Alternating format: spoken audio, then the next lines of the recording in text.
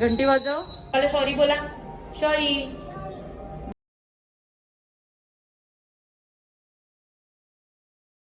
तर हे गुरुपौर्णिमेच्या आदल्या दिवशीचा आहे व्हिडिओ.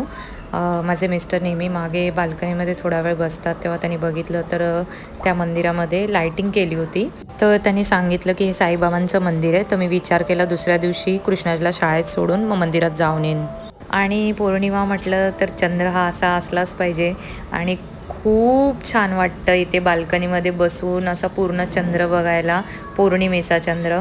आणि कधी तर आहे ना पूर्ण असं चांदणं पडतं गॅलरीमध्ये, जेव्हा कुठलाही प्रकाश नसतो ना आजूबाजूंच्या लाईटचा वगैरे, तेव्हा खूप छान असं चांदणं पडतं चंद्राचं आणि खूप छान भारी वाटतं एकदम. नमस्कार. तर आज आहे गुरुपौर्णिमा आणि मी इकडे गुरुपौर्णिमेला साईबाबांचं मंदिरामध्ये आलेली आहे. असे मानले जाते की महर्षी वेदव्यास यांचा जन्म आषाढ पौर्णिमेला झाला. त्यांनी 4 वेदांचे विभाजन केले, महाभारतासारखा महान ग्रंथ लिहिला आणि 18 पुराणांची निर्मिती केली. त्यामुळे त्यांना आदिगुरु मानले जाते. म्हणूनच गुरुपौर्णिमेला व्यास पौर्णिमा असेही म्हणतात. भारतीय परंपरेत गुरु म्हणजे केवळ शिक्षण देणारी व्यक्ती नाही, जो आपल्या जीवनातील अज्ञानाचा अंधार दूर करून ज्ञानाचा प्रकाश दाखवतो, तोच खरा गुरु. आपले आई वडील, शिक्षक, आध्यात्मिक मार्गदर्शक आणि जीवनात योग्य दिशा दाखवणारे प्रत्येक व्यक्ती आपल्या गुरुच्या स्थानावर असतात. गुरुपौर्णिमेच्या दिवशी आपण आपल्या गुरूंबद्दल कृतज्ञता व्यक्त करतो, त्यांचे आशीर्वाद घेतो आणि त्यांच्या शिकवणीप्रमाणे जीवन जगण्याचा संकल्प करतो. या पवित्र दिवशी आपणही आपल्या गुरूंना मनापासून धन्यवाद देऊया आणि त्यांच्या आशीर्वादाने ज्ञान, संस्कार आणि चांगल्या विचारांचा मार्ग स्वीकारूया. आपल्या सर्वांना गुरुपौर्णिमेच्या खूप खूप खूप शुभेच्छा. गुरूंचे आशीर्वाद तुमच्या आयुष्यात सदैव आनंद, यश आणि समृद्धी घेऊन येवोत. तर मंदिराच्या आवारातच साईंची पालखी ठेवली होती. खूप छान वाटत होतं. संध्याकाळी त्यांची पालखी सोहळा निघणार आहे बहुतेक आणि इथे काही भंडाऱ्याचीही व्यवस्था केली आहे. तर संध्याकाळी बेंजो वाजत गाजत साईंची पालखी निघाली. बोला सच्चिदानंद सद्गुरू साईनाथ महाराज की जय. आज हा असा सर्व पसारा पडलेला आहे. आय नो खूप जास्त मेसी आहे, कारण खूप गडबड होते कृष्णाजला शाळेत सोडताना. हे बघा सगळं अस्ताव्यस्त करून ठेवलं आहे त्याने. तर आता मला आज लादीसुद्धा पुसायची आहे. तर आता लादी वगैरे सगळं पुसून आवरते पटापट. आता वाजलेले आहेत 1. कृष्णाजला मी शाळेत सोडलं आहे, तो नाही आहे, तसं माझी पटापट कामं होतील आता सगळं आवरते मी. चला. मला वाटतं प्रत्येकाच्याच घरात पसारा असतोच, पण तो आवरून घर स्वच्छ आणि नीटनेटकं ठेवलं की कामं करण्याचा उत्साह पण वाढतो. आई झाल्यावर बाईची जास्त कसरत वाढते, कारण आपल्याला आपल्या मुलाच्या स्केड्यूलप्रमाणे सगळ्या गोष्टी कराव्या लागतात. तो आजूबाजूला असला की आपल्यासोबत बस बोलणार किंवा त्याला वाटतं आईने त्याला अटेन्शन दिलं पाहिजे, तर त्यामुळे सगळी कामंसुद्धा त्याच्याप्रमाणे आवरावी लागतात. त्यामुळे घर नेहमी परफेक्ट असलंच पाहिजे असं मला वाटत नाही. तर त्या घरात प्रेम, आपुलकी आणि आनंद जास्त असला पाहिजे. आम्ही जेव्हा एकत्र रात्रीचे भेटतो, कृष्णराजचे बाबा घरी येतात, तेव्हा त्याला जो एक आनंद भेटतो ना की आपली फॅमिली ही परफेक्ट आता झालेली आहे, आई आहे, बाबा आहे, तर तो खूप खुश होऊन जातो. तर ह्या गोष्टी जास्त महत्त्वाच्या आहेत. कामं काय आपली होतच राहणार आहेत, रोज आहेतच त्याच गोष्टी.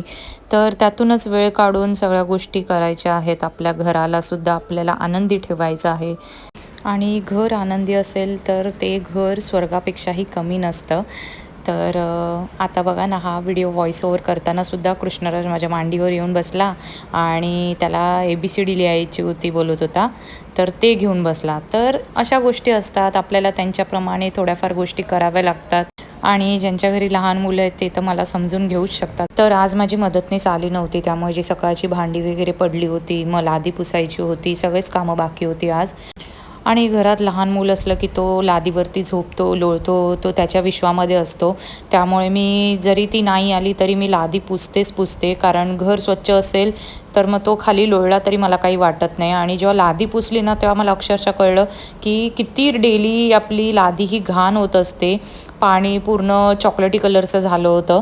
त्यामुळे मग सगळं स्वच्छ करून घेतलं आणि माझ्याकडे मॉप नाही आहे, त्यामुळे मग मला असं बसूनच लादी पुसावी लागते आणि एखाद वेळेस कधीतरी मी असं काही वाटत नाही पुसायला, त्यामुळे घर सगळं स्वच्छ केलं खूप छान बरं वाटतं. आणि कृष्णराज असता तर हेच काम माझं डबल टाईममध्ये झालं असतं. तो नव्हता म्हणून लवकर झाली कामं सगळी. फायनली हे असं सर्व स्वच्छ केलेलं आहे मी.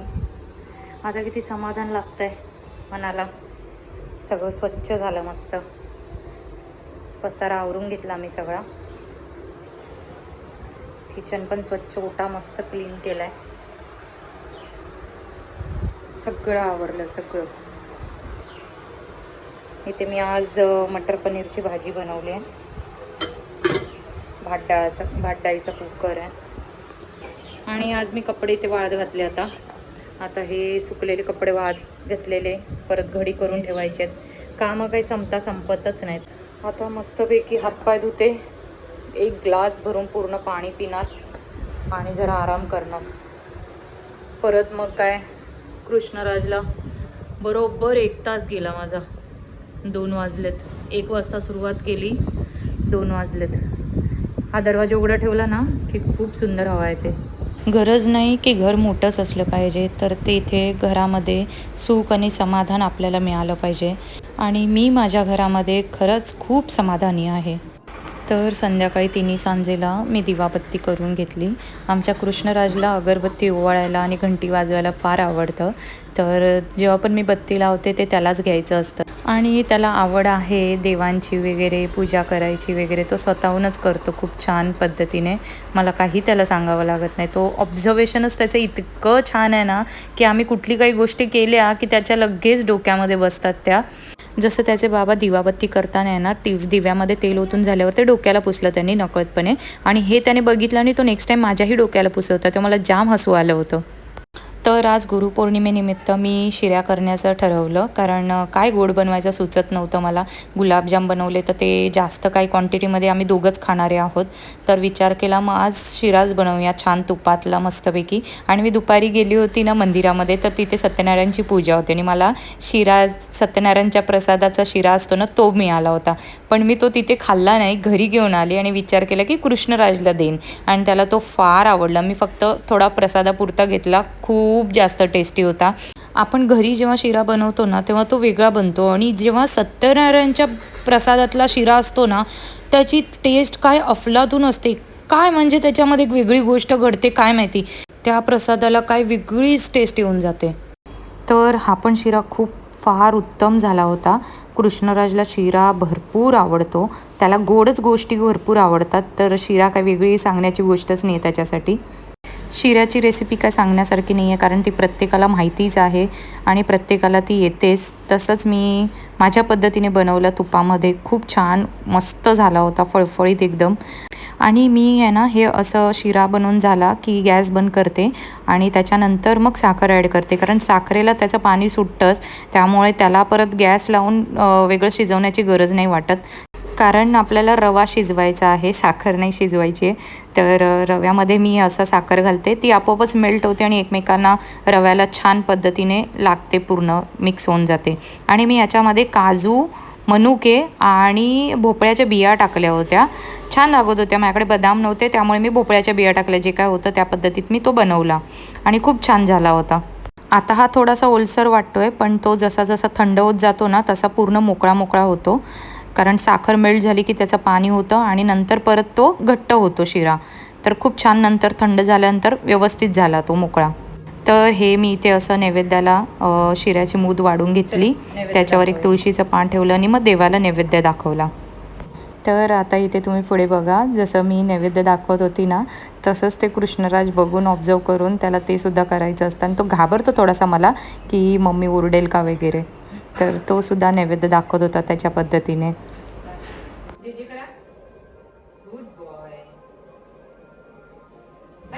बाप्पाला खाऊ दे, बाप्पाला खाऊ दे थोडा वेळ.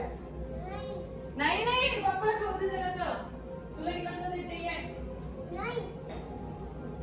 लहान मुलांमध्ये निरागसपणा असतो तो का म्हणतात तो ह्यासाठी. तर मी नैवेद्य वाढला, देवाला दाखवला, तर त्याला कृष्णाला लगेच खायचं होतं, कारण शिरा मी बोलली ना त्याला गोड पदार्थ खूप आवडतात. तर तसंच ते शिरा दाखवला नैवेद्य तर त्याला लगेच खायचं होतं. तर मी त्याला तेच सांगत होती की बाप्पाला थोडा वेळ खाऊ दे. तर नाही, त्याला ऐकायचंच नव्हतं की बाप्पाला नाही मलाच खायचं आहे म्हणून. तर त्याला थोडंसं समजवत होती माझ्या पद्धतीने, पण तो काही ऐकायला तयार नव्हता. आणि शेवटी मुलं ही देवाघरची फुलं, देव बाप्पा तरी कशाला रागवेल त्यांच्यावर. बाप्पाला सॉरी बोला. सॉरी. Good boy. ये. ऐकलं बाप्पाने बाळा तुझं. तर आजचा माझा हा गुरुपौर्णिमेचा व्लॉग तुम्हाला कसा वाटला मला नक्की कमेंटमध्ये सांगा. आवडला तर लाईक करा आणि माझ्या चॅनल श्री सखीला सबस्क्राईब नक्की करा. तर पुन्हा भेटूया उद्याच्या व्लॉगमध्ये. तोपर्यंत काळजी घ्या आणि आनंदी राहा.